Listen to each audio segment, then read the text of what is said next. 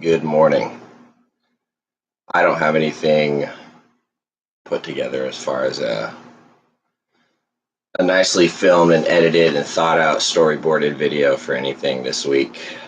And that's mostly because I'm too busy. I thought I was going to be able to keep doing this, put together weekly videos for everybody with everything that I added onto my schedule. And it just, first week definitely proved me wrong. I went from working like 60 hours a week down to 40 so I could accommodate being in school now part-time online. So,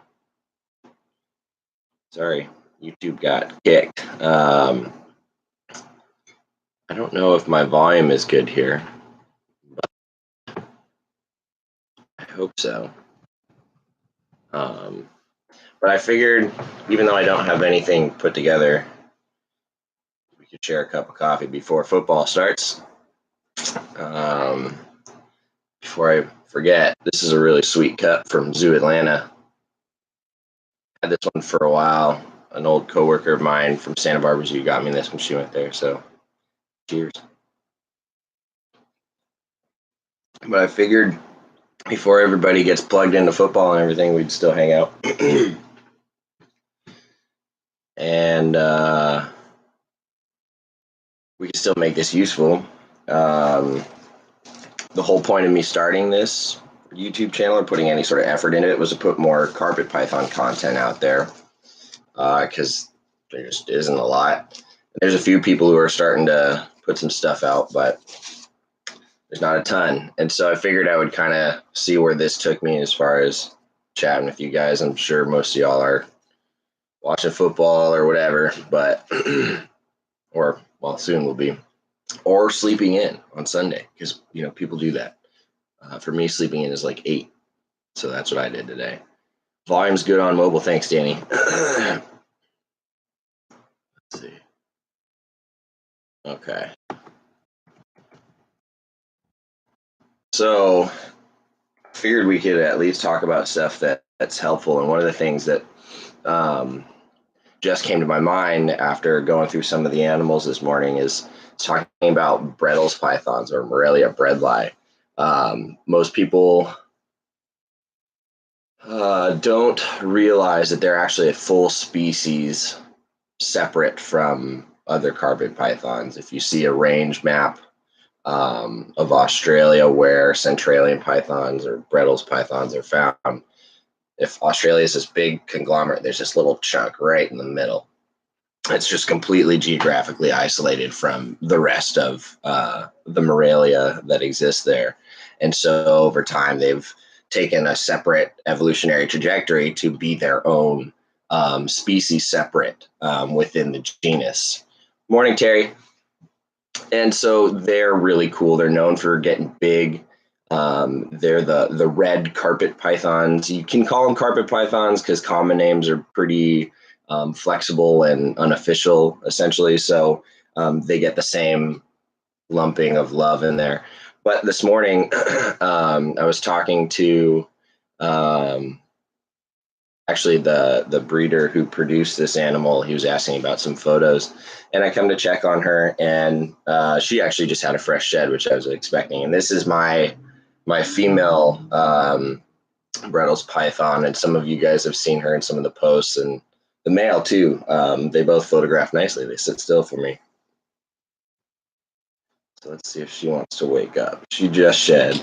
She's a sweet girl, but everybody's got their mornings, right?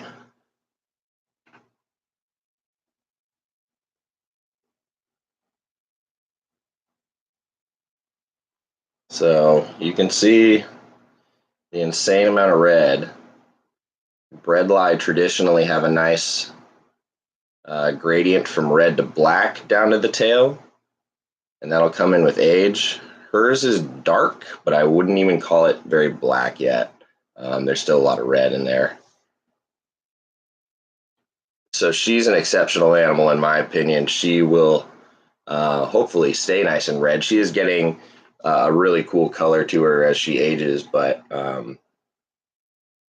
yeah, she's she's living up to the reputation that I've heard from Bredli, which is big, growing fast, typically gentle and docile. Occasionally, there's always that one bad egg that just has a little grumpy attitude. We all know people who have that one Bredli. But you can interbreed Morelia bredli with any of the Spilota subspecies. It's just hybridization by complete technical definition. So you got to ask yourself if that's something you're okay with or not. They also breed at different times of year. These guys are spring breeders, whereas a lot of the Spilota complex are winter breeders. Not all of them, but most of them. So I personally don't cross that line, but a lot of people like what hypo bredli jags or ocelot bredli jags look like. And don't get me wrong, they're pretty wicked. They're not hard on the eyes, that's for sure. They're just not for me. I like just good old traditional bredli. I think eventually I'd grab some stripes and maybe hypo and stonewash one day, but too rich for my blood. But anyway, yeah, I figured I'd just point out, maybe share for those who don't know, but know what a bredli is, that they are somewhat different from the rest of them. There's a few different subspecies and species that you got to look at when you're getting into carpet pythons. So I'll let her go because it's time for more coffee. Let's see if the male wants to play. To be completely honest, I do have rats thawing in the room, so I'd rather be extra careful.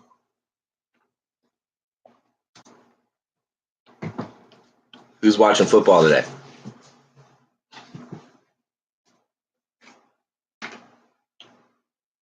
Dan Colgan, what's up? Hey man, how's it going? Just having coffee and hanging out with carpet pythons before I start paying attention to the rest of my day and football and stuff. Hang tight, I need hand sanitizer.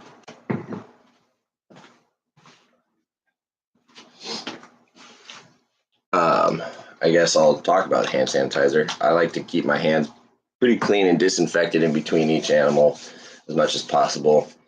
Everything gets quarantined around here. Everything gets eyes on it daily. So anything that's out of the ordinary gets caught pretty quickly. But the best way to prevent transfer of any pathogens from one animal to another, even within the collection, because every animal has their own like gut flora and bacteria that's with them present, that's at manageable loads. It's just keeping that in check. So if I'm going to handle a snake and then I need to go handle another, I either wash my hands or use hand sanitizer in between. Same with tools, hooks and everything, full disinfect. But yeah. So that was the female. And she's, any more rainbows? Yeah, gloves work wonders. They do. I'm fresh out of gloves. I need to get some of those. I normally have those on hand. Any more rainbows? What do you mean, any more rainbows? I had the one litter. That was it. Still got several babies, and then mom and dad are here and down there. So they're hanging. Let's see. I'll grab the male bredli out. The female. So that was the female that I just had out. She's 2, eating medium rats every 2-3 weeks or so. And then the male down here is considerably smaller, and I'm giving him, small rats every week or 2. He would eat more, but he doesn't need to. And he's pretty good. He's a mellow guy for the most part. He's got a little more of the dark dorsal color coming in on the tail there, but you can see he's a lot smaller. And males are smaller in bredli, which is common with a lot of pythons. But even a male bredli can be a good size when you think of some of the other subspecies of Morelia spilota. The males don't get very big. 4 feet is pretty normal. But a male bredli can still get 5 feet easy, even more if you feed them a bunch, which I don't recommend. But this guy is also a very typical bredli, just pretty mellow. I don't ever use a hook with these guys. They're really easy to get out of their enclosures. I just like to make sure that they know I'm there. Any snake can spook. I have been bit by this guy once, and he thought I was feeding him. I stood up in front of his tub, and he actually grabbed my shoulder. Yeah, don't know why that was hard for me to say. And let go because he thought the shirt I was wearing was a warm, fuzzy rodent. So bredli, for the most part, are sweethearts, but like I said earlier, every once in a while you find that one that's just not very nice. Oh, does anybody else out there have carpet pythons? I hope so. Anybody else out there want carpet pythons? I hope so. So yeah, those are my two Bredl's pythons or Centralian pythons, whatever you want to call them. Morelia bredli. They're not Morelia spilota, never have been. Always been full species separate, but just a little something to help things be a little more mentally organized for anybody who's considering getting into carpet pythons. You do need carpet pythons, man. They're fun. I mean, so here's the deal. We can talk about this. A lot of people think they're bitey, aggressive, get too big, require humidity. They just, there's a lot in there that screams like a little bit more work, a little more chance of getting bit, a little more cost and space. And it's not really the case. Some do get good size, but most people I talk to tell me, "Oh, I don't want a snake that's going to get 8, 10 feet," and I don't think any of my carpets are 7 feet. So they vary a lot. There are certain lines of coastal blood or certain localities that are associated with those big ones you see. But that's not really the norm. It's more the exception to the rule. Gustavo, you mentioned Papuans. Great example. Papuan carpet pythons, the Morelia spilota harrisoni, I believe that's what they are. And I believe I said that right. They're very small. Yeah, really small. You can keep females under 6 feet easily, and they breed and are very healthy. What's the average size range? If I had to give you just like a set number for the bulk of carpet pythons, I'd say males you can expect for the most part to be 4 to 5 feet, and females like 5.5 to 6.5 feet.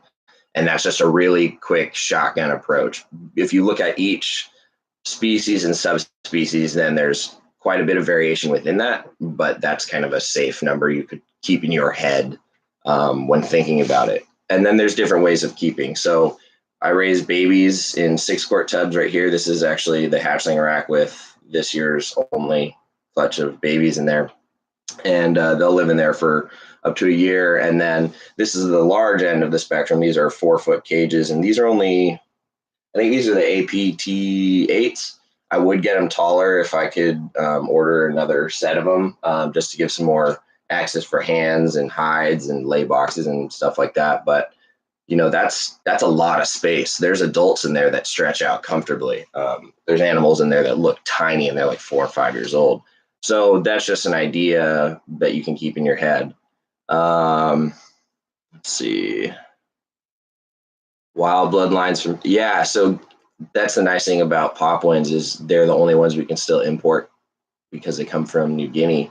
So you can get pure, fresh, new bloodlines, and which is good for anybody who's thinking about breeding and working with particularly the granite complex, which can always benefit from more outcrossing.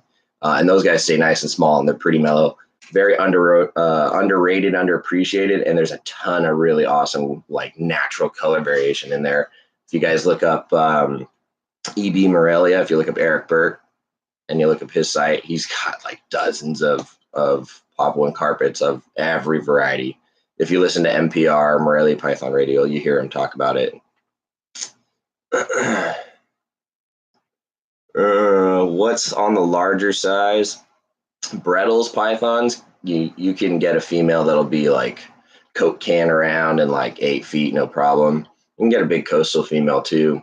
It won't be quite as thick and beefy, but you could definitely get some of the larger localities, or just feed them a little bit to their capacity, not in an unhealthy way, but you can definitely get females 7-8 feet. The attention span, yeah, they're much more active. They're definitely awesome species to interact with. You can hang out with them. They're not just going to sit on your lap. Eventually, they might calm down and sit on your lap, but for the most part, they're pretty curious and they'll climb all over you. Yeah, importation could close and likely will at some point. So get what you can. Nobody ever talks about Darwins. Yeah, I like your style, Dan. I got you covered. So I have a normal het male, which if anybody of you saw that post I put up of him on the Black Glass session on Instagram, I think that was him. But the female just shed. Sorry. Gotta refill.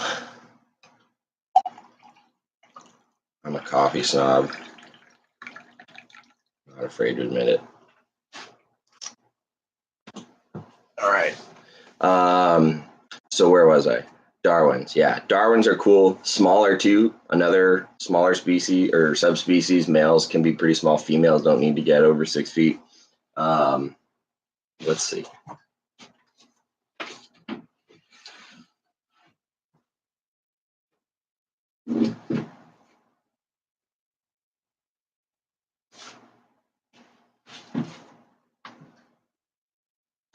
Yeah. So this girl's got substrate all over her, which is gonna look like she's dirty. Gosh, this lighting is blowing her out. Well, she just shed, and she's covered in dirt because I'm switching everybody to substrate because I'm sick of wasting paper. But albinos originate in the Darwin subspecies, although there are albino coastals in Australia right now, only a couple. But what we have here in the United States, anything that's albino is either partially Darwin or pure Darwin. If it doesn't say pure Darwin, don't claim it. You got to know who it's coming from. This animal is a female from Todd Dyer at Psychotic Exotics, and I actually specifically asked for a female from his really exceptional male Cam, who's just a high contrast albino with like white and orange, and he's just the best looking thing I've ever seen. And so she comes from him and is living up to that color. But if you want an albino carpet, go get yourself a Darwin. You can get some really cool mixed ones too. I have a mixed blood albino, and you can get albino jags that look pretty neat. Nick Mutton's been line breeding for some tiger Darwins that have no coastal blood, just really striped Darwins. So pretty soon there will be pure Darwin albinos that are striped, and I guess you can call them albino tigers. I think that's what he's calling them. But so I'm gonna give this girl her first shot at breeding this year to put her to that het male. So if all goes well and that male's up to the job, gosh, this camera on my computer is not doing her any favors. It's blinding, or it could just be on my end. But anyway, that's that. So yeah, y'all need carpet pythons. If you don't have carpet pythons, you need them. What's up? Oh, in the face. Yeah, this girl's pretty mellow too. She just doesn't ever sit still. And these guys, you can give them perching in their cages. They won't necessarily use it as adults. Babies will. But once they get older, a lot of them, they just feel more confident being on the ground. Yes, this is a pure albino Darwin, Tom. But yeah, I've got a nice big piece of driftwood in there for her, and she doesn't really use it. I've put perching in with my jungles, coastals. They do not use it at all. Even babies, the most I've seen them do is sit on the edge of their water bowl. You can offer it to them. You can set them up with a nice, cool vivarium, all sorts of stuff, and they'll probably use that. But not everyone wants to use it. So most people are worried about providing very vertically oriented cages and taking up a lot of space that way. And you don't need to do that. Yeah, what else? I don't know. Anyway, for those of you who are just joining me, I normally do a weekly like produced segment where I have like plans and editing and all that good stuff and put something nice together. And I haven't had the time with school and everything, so maybe I'll do this again next week. If you guys like it, let me know. Or if you guys have anything or ideas you want to see next week, let me know.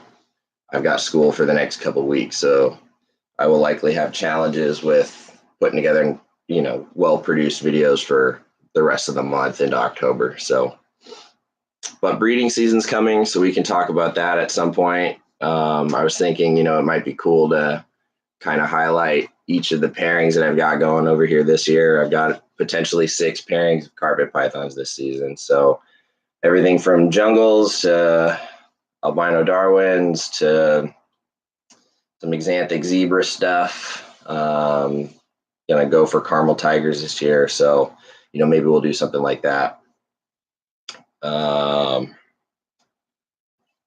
One of your chats. I don't know what that means. I'm like still learning the world of YouTube and chats and things like that. So to me, this is a chat, but I don't know. A better webcam or higher quality stream would be cool though. Yeah, I agree. It would be cool. All right. Well, anyway, I got to rock and roll. I got rats in here that need to be fed out. I'm pushing my luck.